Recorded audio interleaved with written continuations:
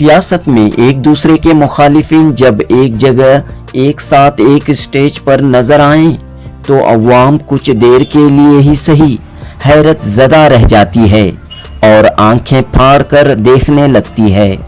मौका था Bengaluru south BJP MP Tejasvi Surya की शादी का।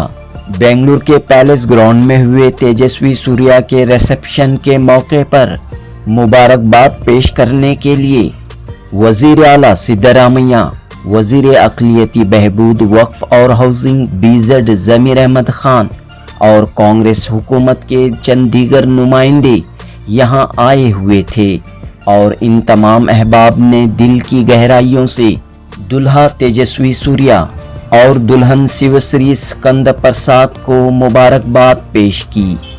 बीजेपी के नौजवान एमपी तेजस्वी सूर्या ने सीएम सिद्धरामैया के पैर छूते हुए आशीर्वाद लिया। दूसरी जानिब ज़मीर अहमद खान ने गले मिलते हुए मुबारकबाद पेश की।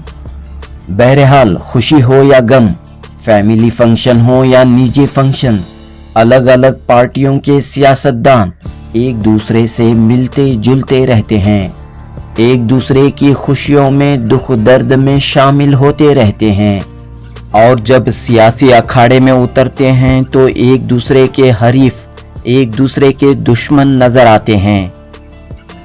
जनूबी हिंद न्यूज़ रिपोर्ट।